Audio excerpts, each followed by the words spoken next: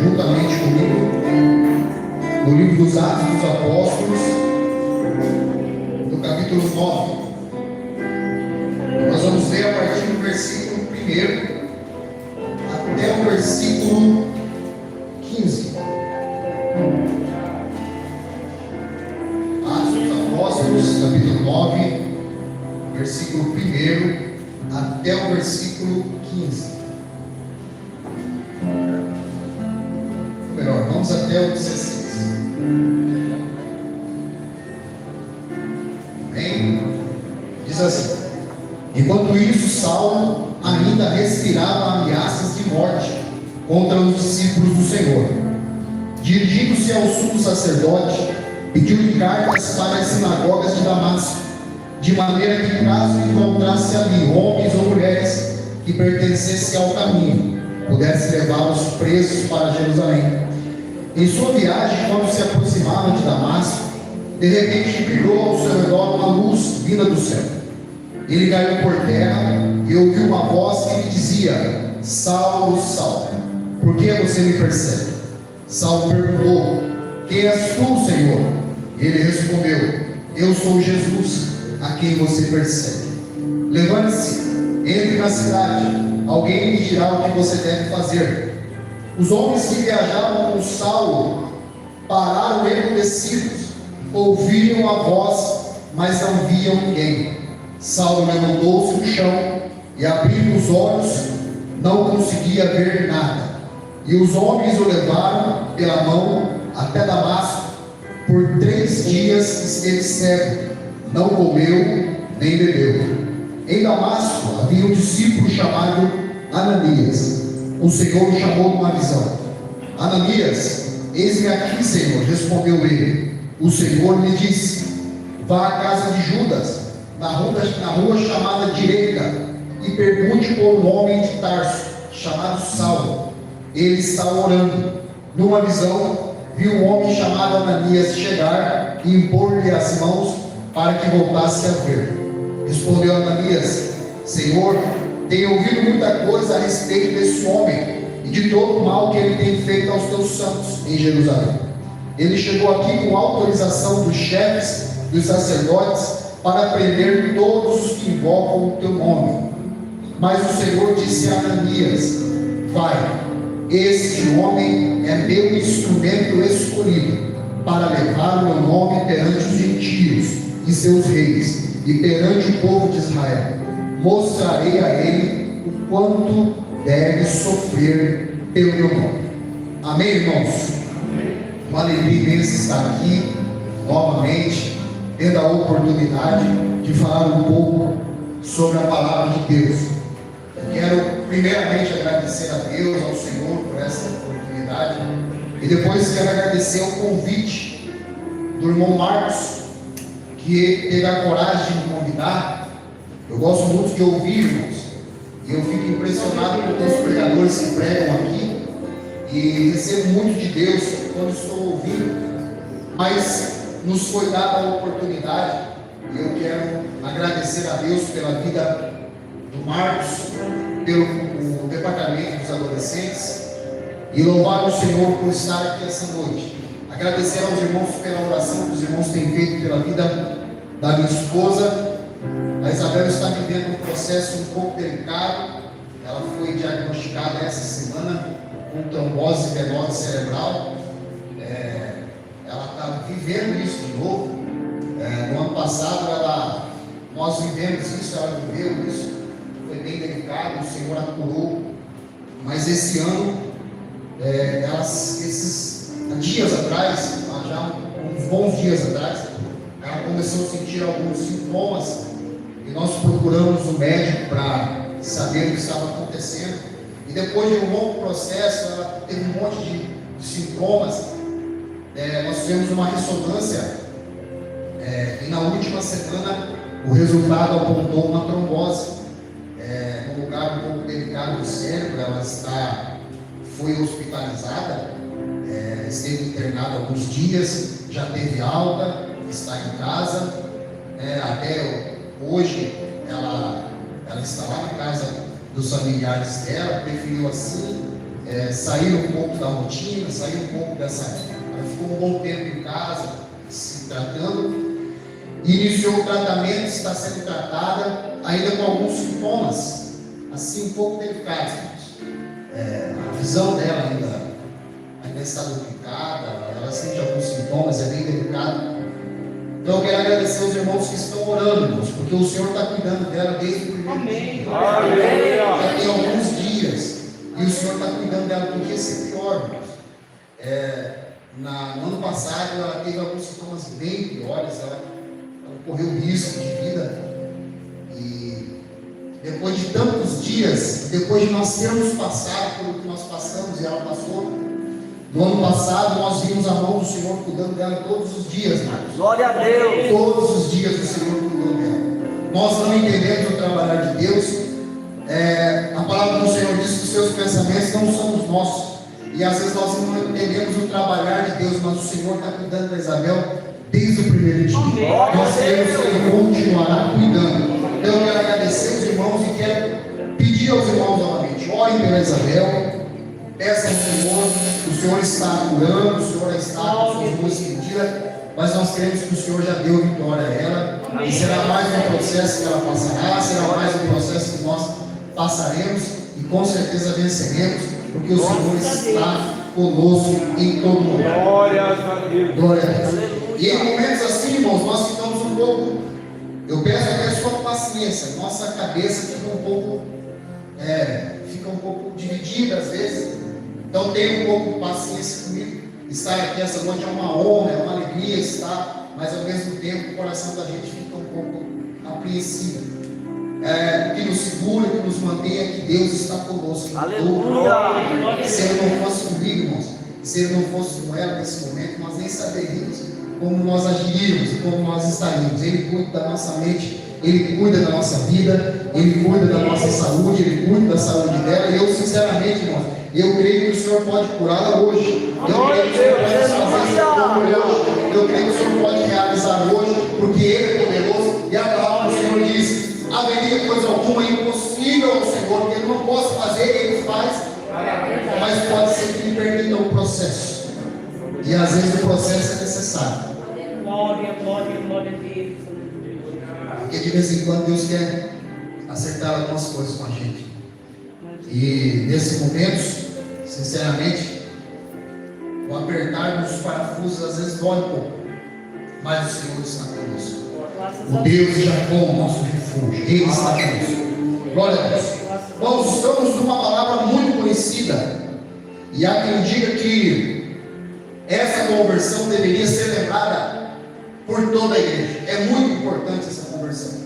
Nós estamos hoje nesse evento dos homens, Novembro Azul, e nós lembramos aqui dos cuidados que todos os homens têm que ter. Todos os homens já sabem que precisam cuidar da sua saúde.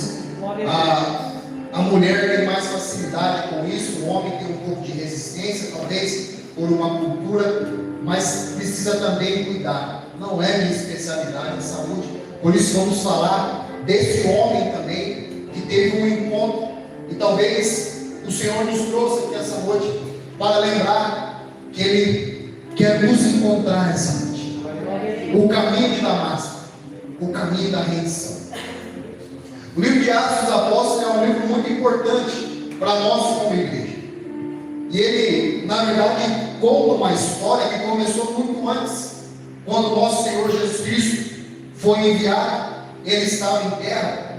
E quando Ele está na cruz, sendo crucificado, pagando a nossa conta, pagando os nossos delitos, Ele curva a sua cabeça e diz: está consumado. Está consumado. Quando Ele diz isso, o reino de Deus é estabelecido na terra. A palavra do Senhor diz: todos pecaram e destituídos estão da glória de Deus, mas em Jesus Ele nos deu o direito de sermos chamados filhos de Deus, porque através da cruz e pelo pagamento das nossas dívidas, Ele estendeu as suas mãos, Ele nos perdoou e Ele nos fez ter novamente a chance, a oportunidade de aproximarmos de Deus por Jesus Cristo. E Ele mesmo disse: eu sou o caminho, a verdade e a vida, e ninguém vem ao Pai senão por mim. E é por Jesus que nós estamos aqui essa noite. E é por Jesus, é por causa dele pagar as nossas contas. Nós não somos bonzinhos, irmãos. O Senhor não nos escolheu porque nós somos bonzinhos ou porque nós temos alguma coisa de boa para oferecer. Ele nos escolheu apesar de nós. Por nós não estaríamos aqui, mas o Senhor nos alcançou. Não foi você que me escolheu, foi eu que escolhi você, foi eu que escolhi a nós, ele nos escolheu e nos trouxe aqui essa noite. Mas no livro de Atos dos Apóstolos narra a história da igreja. A história da igreja. E é muito interessante porque os discípulos estão vendo uma realidade de ter visto o Mestre ser crucificado, ver a palavra de Deus ser cumprida, ver as profecias de Isaías serem cumpridas ao pé da letra. E parece que quando você lê o livro de Isaías e lê o Evangelho, parece que Isaías está vendo acontecer aquilo que ele está dizendo, e tem muito tempo que passa até que isso realmente acontece. Isso nos prova que a palavra de Deus é infalível, ela não erra, por isso ela é inspirada pelo Espírito Santo. Os profetas foram inspirados pelo Espírito Santo quando escreveram a palavra de Deus. Mas os discípulos estão vendo essa realidade, e quando eles veem Jesus se preparando para ascender aos céus, ele diz para eles: olha, ficai em Jerusalém, até que vocês sejam revestidos de poder. Porque vocês serão minhas testemunhas, tanto em Judeia, Samaria e até os confins da terra. Deus está estabelecendo o seu reino. Jesus estabeleceu o reino de Deus. O reino de Deus está estabelecido. E a partir de agora, o Evangelho, Deus amou o mundo de tal maneira, diz o evangelista João, que deu o seu único filho, para que todo aquele que nele crê não pereça, mas tenha vida eterna. Deus está estendendo a sua misericórdia, e o seu amor e a salvação, não só a judeus, mas também a gentios. Tem um dilema lá em Jerusalém, tem um dilema entre os judeus. E deve ser por isso que nós não entendemos a forma que Deus trabalha. Os judeus estão questionando, os discípulos estão olhando para Jesus, e ele diz: ficai em Jerusalém, até que vocês sejam revestidos. E um dia eles estavam todos reunidos no mesmo lugar, a Bíblia diz, e de repente vem do céu um vento veemente e impetuoso, o som de um vento veemente e impetuoso, que invadiu a casa onde eles estavam. Todos foram cheios do Espírito Santo, começaram a falar em outras línguas, e o Espírito Santo foi derramado, despejado sobre aqueles homens que estavam ali. Mas quando o Espírito Santo é derramado, eles não só falam em línguas, as pessoas ficam admiradas por ouvir falar das grandezas de Deus na sua própria língua, mas o derramar do Espírito Santo de Deus faz um homem chamado Pedro levantar e discursar, e quase 3.000 pessoas se renderem ao Evangelho de Jesus Cristo naquele discurso. Glória a Deus. O Espírito Santo estava agindo de uma maneira poderosa, e aí nós entendemos algumas coisas. Primeiro, a igreja do Senhor, ela é guiada e ela é conduzida pelo Espírito Santo. Aleluia. Não é o homem que dá o crescimento, não é o pregador que fala e muda as pessoas, as palavras. Nós somos apenas instrumentos, nós somos apenas instrumentos e nada mais do que isso. Agora nem é para nós, agora é para Deus. Deus nos escolheu para sermos instrumentos, escolheu o departamento dos adolescentes, escolheu os obreiros aqui sentados, os irmãos que estão aqui, todos os que estão aqui, para serem instrumentos usados para a sua glória, para que vidas e corações sejam alcançados. O Espírito Santo está agindo porque ele foi derramado, e a ação do Espírito Santo não é só barulho, a ação do Espírito Santo não é só o movimento. Avivamento, na verdade, não é apenas o barulho e o movimento, embora isso também faça parte, e é muito bom quando nós estamos aqui e o Senhor desce com a sua glória, e nós vemos aqui línguas estranhas, e nós vemos aqui o Senhor falando através da profecia, e nós vemos o Senhor derramando os dons espirituais sobre a sua igreja, aquece o nosso coração, motiva a nossa vida, mas o verdadeiro avivamento causa impacto na sociedade que você está inserido. O verdadeiro avivamento muda caráter de pessoas. O verdadeiro avivamento causa constrangimento, faz você parar e pensar na sua própria vida, nas suas próprias atitudes. E numa temática como essa, nós homens que estamos aqui, de repente Deus nos chamou para conversar de perto conosco essa noite. De repente as nossas atitudes não estão sendo tão legais como deveriam, e de repente o verdadeiro avivamento pode ser derramado esta noite em nós, para mudar a nossa vida, mudar a nossa trajetória, impactar a nossa família, impactar a igreja que nós estamos recebendo, impactar o bairro da área 6, mudar vidas, transformar famílias. A ação do Espírito Santo é isso. Nós vamos falar em línguas aqui, nós vamos ser renovados aqui, mas quando sairmos daqui, o impacto lá fora é muito maior. O impacto onde você trabalha é muito maior. O impacto na sua família é maior. Porque a partir de agora o Senhor mudou a tua vida. Você está cheio do Espírito Santo. De repente a evidência do Espírito Santo vem dentro do bagulho. De repente a evidência está nas atitudes diárias mais simples que nós não valorizamos e não prestamos atenção. E na verdade a mão de Deus está na história. A mão de Deus sempre esteve na história. A mão de Deus está na história. Ele está agindo. Ele está agindo em todo momento. A mão de Deus está agindo. O Senhor está com a sua mão estendida. O profeta escreveu dizendo: a mão do Senhor não está encolhida, ela está estendida.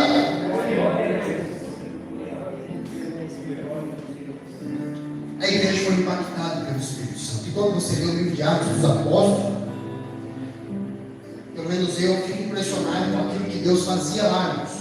Era muito impactante. 2 homens estão subindo na hora da oração. Pedro e João. Ele chega na porta do templo. Tem um homem sentado e ele é coxo, paralítico, não anda, tem problemas. Tem muito tempo que ele está ali, não sei quanto tempo, tem muito tempo que ele está ali. É um costume ele estar ali. O homem que está ali diz para eles: olha, me dê uma esmola, alguma coisa, um dinheiro, alguma coisa. E a palavra do Senhor diz que Pedro, olhando para ele, fixando os olhos: olha, nós não temos prato nenhum, mas o que nós temos, nós te damos. Em nome de Jesus Cristo, o Nazareno, levanta e anda. Homem, anda para dentro da igreja, irmãos. Pulando, saltando, louvando a Deus. Mas é interessante, irmãos, que depois dessa passagem, qual a ação do Espírito Santo? Eles não são aplaudidos aqui. Eles não são chamados para ser. As pessoas são impressionadas com os 2 homens. E eles dizem: olha, por que vocês olham para nós como se nós tivéssemos feito alguma coisa? Na verdade, Jesus Cristo, o Nazareno, o Galileu, é Ele que é em nós. Mas esses homens vão ser presos depois, por causa disso. E vão sofrer punições. E o impressionante é que eles não ficam tristes por isso, irmãos. Na verdade, eles queriam silenciar os 2. Eles queriam matar, mas não tinha como matar, não tinha como fazer. Os 2 saem da prisão louvando e celebrando a Deus por terem apanhado, por estarem sofrendo punições pela causa de Cristo. A ação do Espírito Santo na nossa vida é diferente. A forma como Deus age é diferente. A forma como Deus nos vê é diferente. E é por isso que no meio de um vale nós questionamos muito. Que quando está passando por meio de um vale, você não entende a nossa. Principalmente se você tiver um ministério. E quando está passando por meio de uma dificuldade, você começa a questionar e colocar diante de Deus um monte de coisa. Porque eu faço isso, porque eu faço aquilo, porque eu realizo aquilo, e no fundo isso revela o quanto de erro que nós temos. E de repente Deus vai quebrar justamente isso, irmão. Porque o erro tem que ser derrubado, para que você entenda que a glória é exatamente nele. Algumas coisas acontecerão para a glória de Deus. E eu faço um parênteses aqui, para lembrar mais uma vez, que nesses últimos dias eu tenho sido edificado, por incrível que pareça, pela vida da Isabel. Isso, irmãos, notaram, de vez em quando ela posta o status, você vai conversar com ela e fala: Deus está agindo, Deus está emocionado, Deus está com o seu poder, Deus está derramando da sua glória, Deus é poderoso, irmãos. E de repente eu falo que nem tem uma fé dessa, irmãos. Porque é fácil de fazer alguma coisa quando está tudo bem. É fácil adorar a Deus. É fácil vir ali pegar a guitarra e tocar quando está tudo bem, irmãos. É fácil organizar o evento aqui quando está tudo bem. Que bom, irmãos, que esteja tudo bem. mas quando o dia da provação chegar, que nós possamos lembrar que o salmista escreveu: ainda que eu andasse pelo vale da sombra da morte, eu não temeria mal algum, porque tu estás comigo.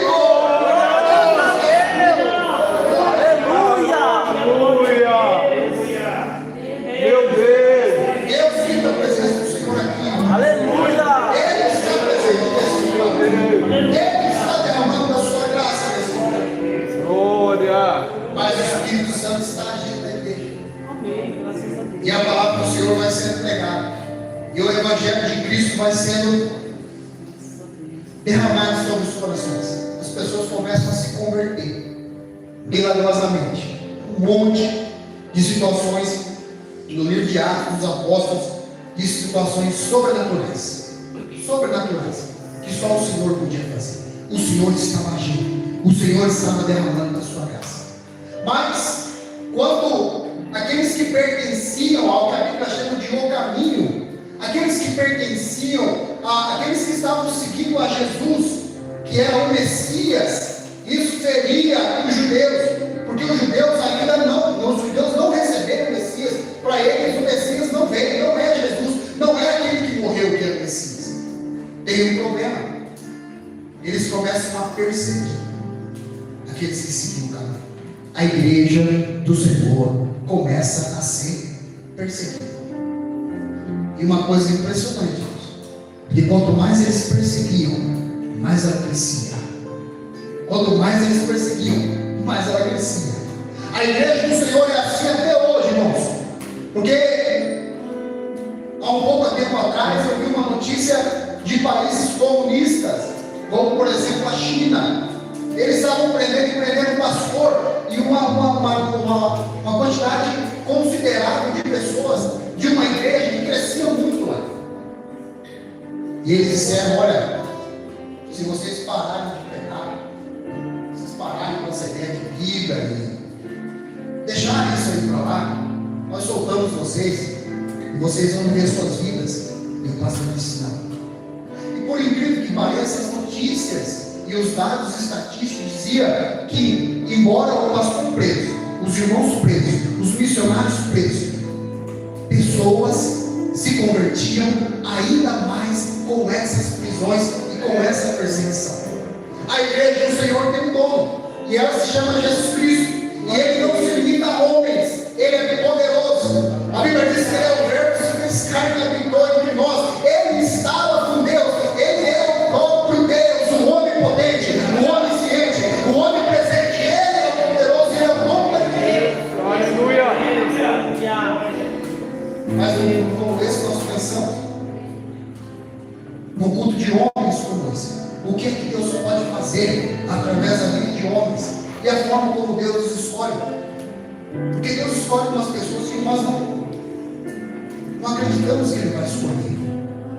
De vez em quando você critica algumas coisas, porque na verdade nós não entendemos. Deus escolhe. Deus faz, a Bíblia diz assim: Deus escolheu as coisas loucas desse mundo para confundir as sábias.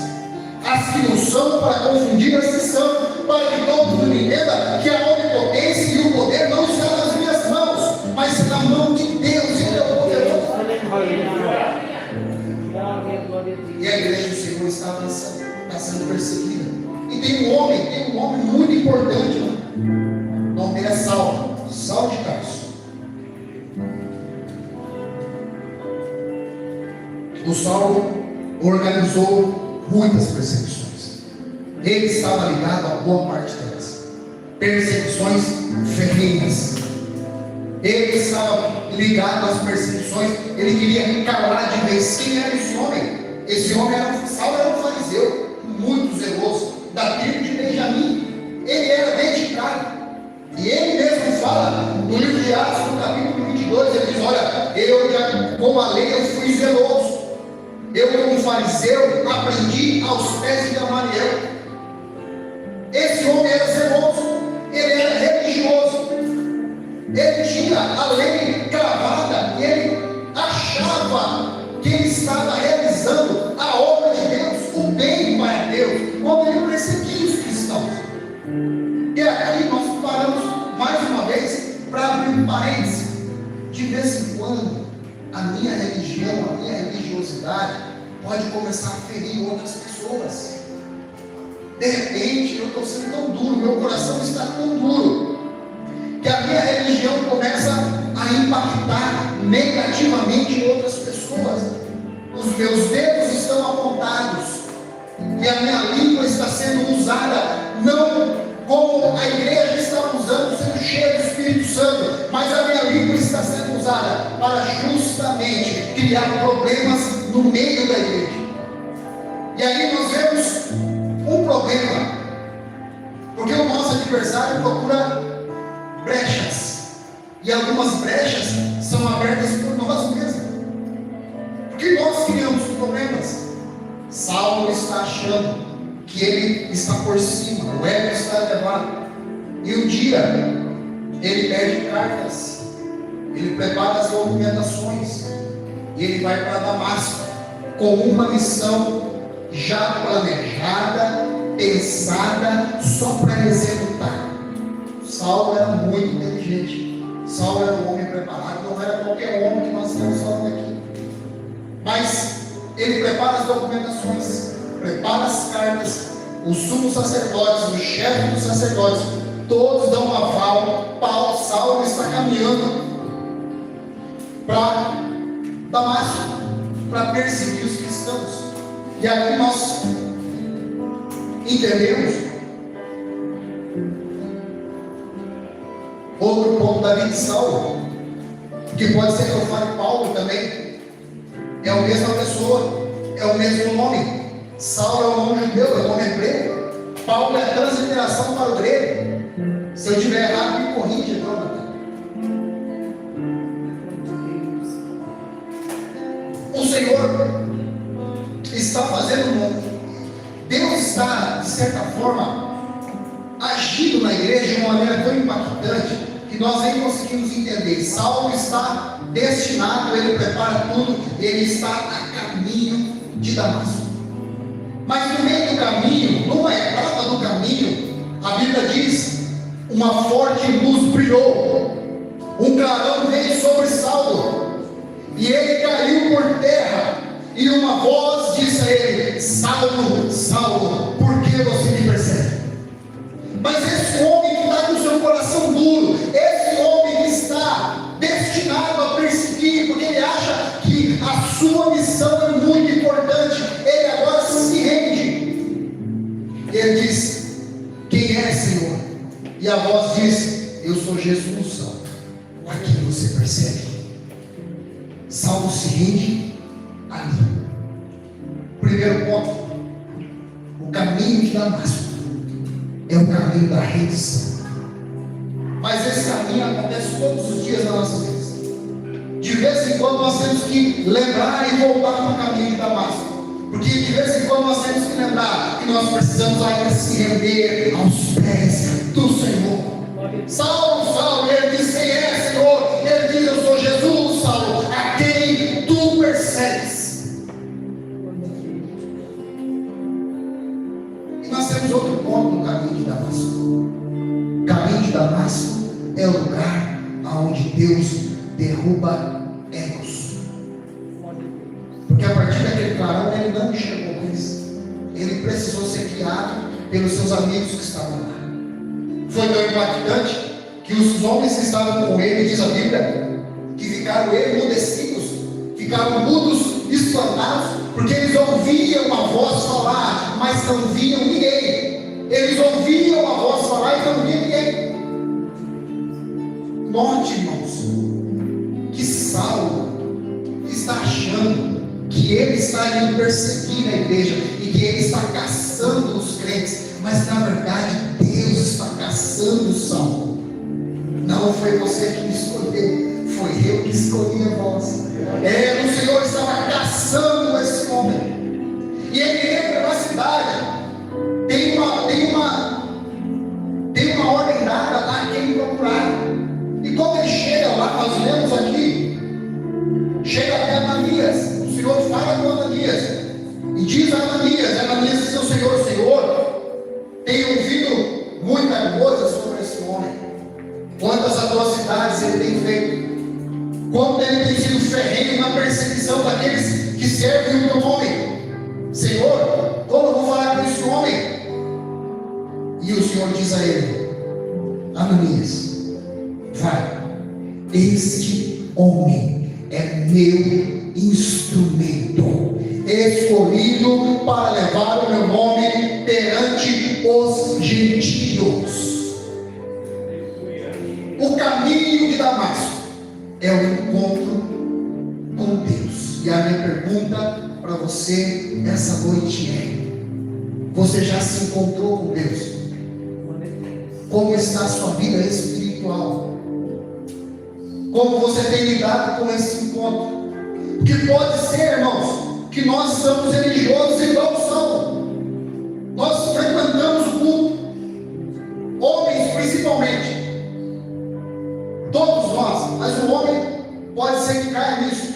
Frequentamos o culto, participamos dos departamentos, cantamos, pregamos, ensinamos, cantamos, louvamos, exaltamos, mas nosso coração está longe do Senhor. O caminho de Damasco é o caminho do encontro.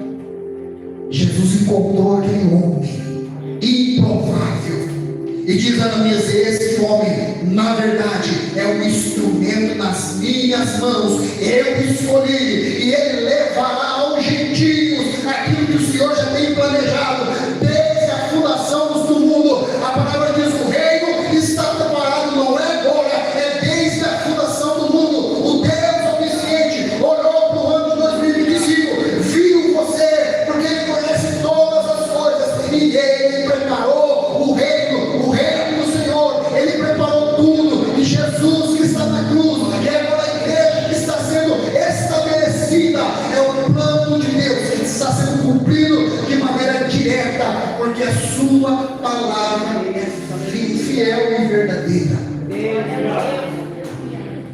Que história, irmãos! Não tem lógica. Por que Deus faz esse tipo de coisa? Não era para ter ódio de Saulo, não era para destruir Saulo.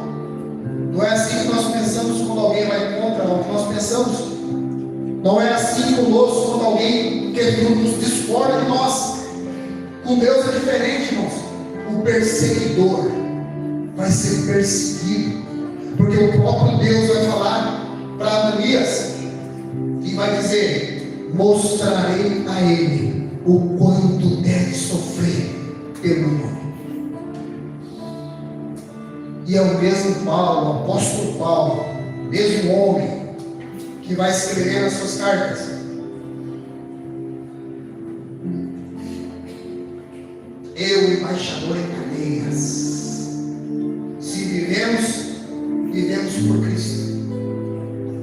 Se andamos por Cristo. Tudo que fazemos por Cristo.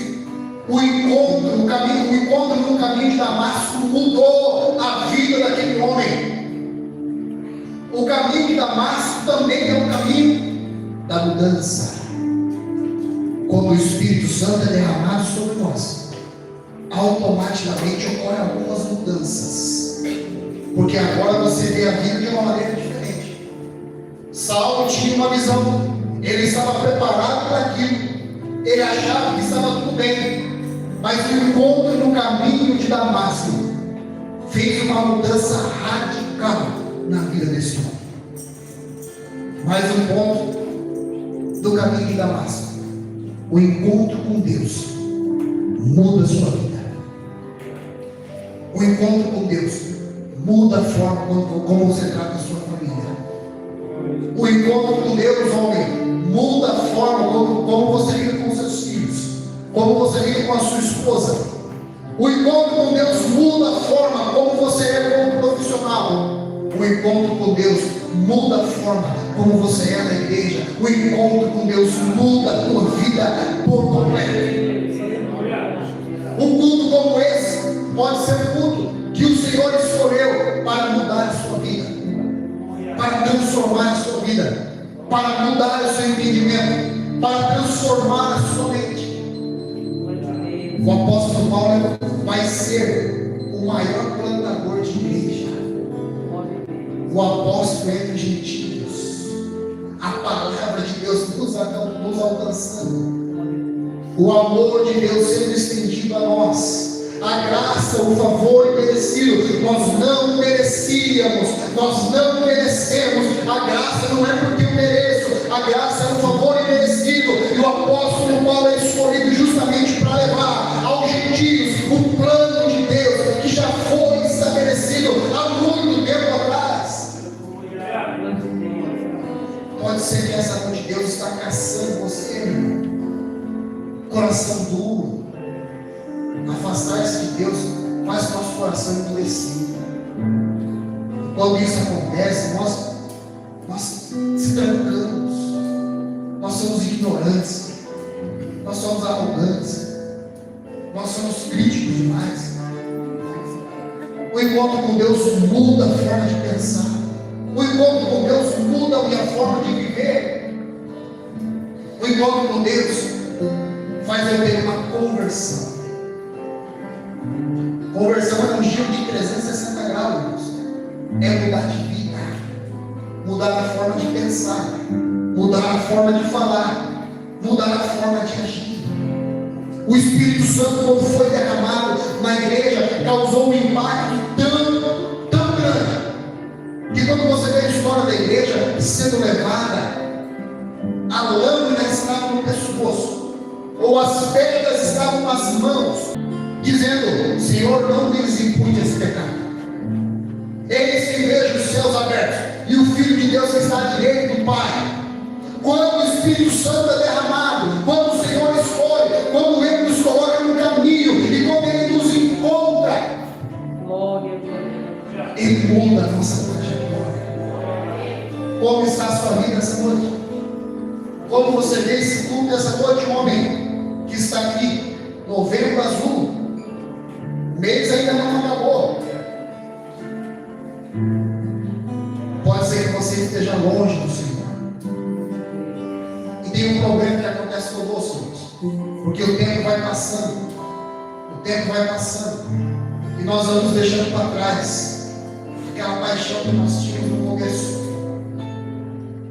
O tempo vai passando e nós começamos a ser duros, frios.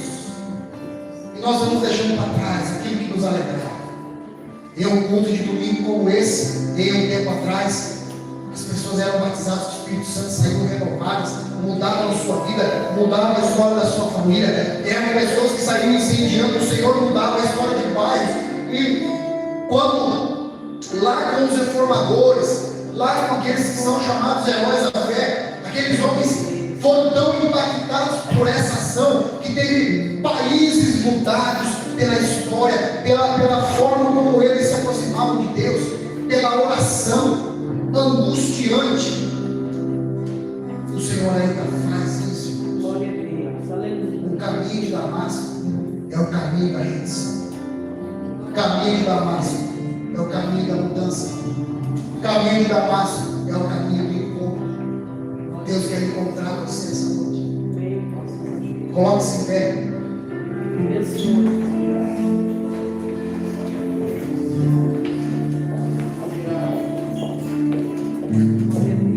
Eu não sei como está a sua vida. Eu não sei o que você precisa. Mas o Senhor sabe.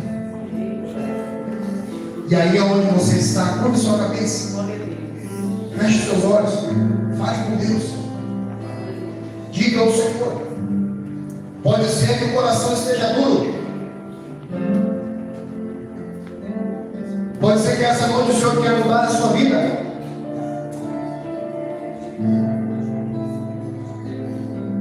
Fique à vontade dele. Pode ser que essa noite o Senhor mude a sua história. Pode ser que essa noite pode ser a noite do encontro. Fale com o Senhor. Senhor, diante da tua presença nós nos colocamos nessa noite. Bom é estarmos aqui. O Senhor se fez presente. E nós acreditamos na tua palavra. Tua palavra é viva e eficaz, mais penetrante que uma espada de 2 gumes.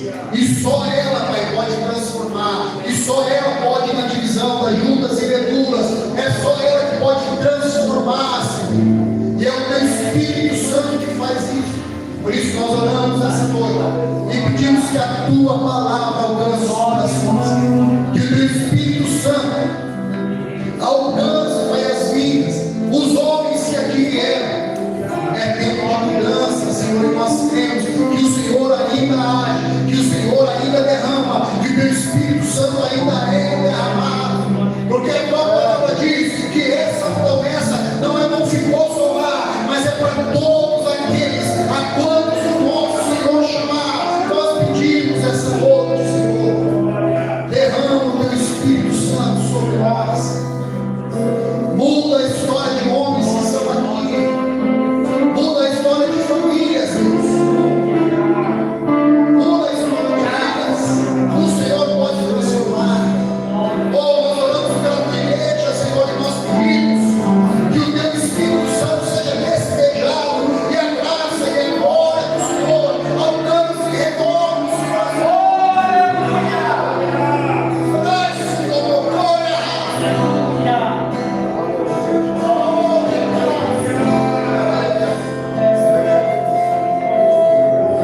O Senhor pode mudar, Pai, que nós temos a mudança. Oh, Pai, derrama o teu Espírito Santo sobre o departamento dos adolescentes. Senhor, que a chama seja derramada sobre corações deles, Pai. Que o Senhor mude a história de tantos adolescentes espalhados por esse bairro, espalhados por essa cidade. Usa, Senhor, a vida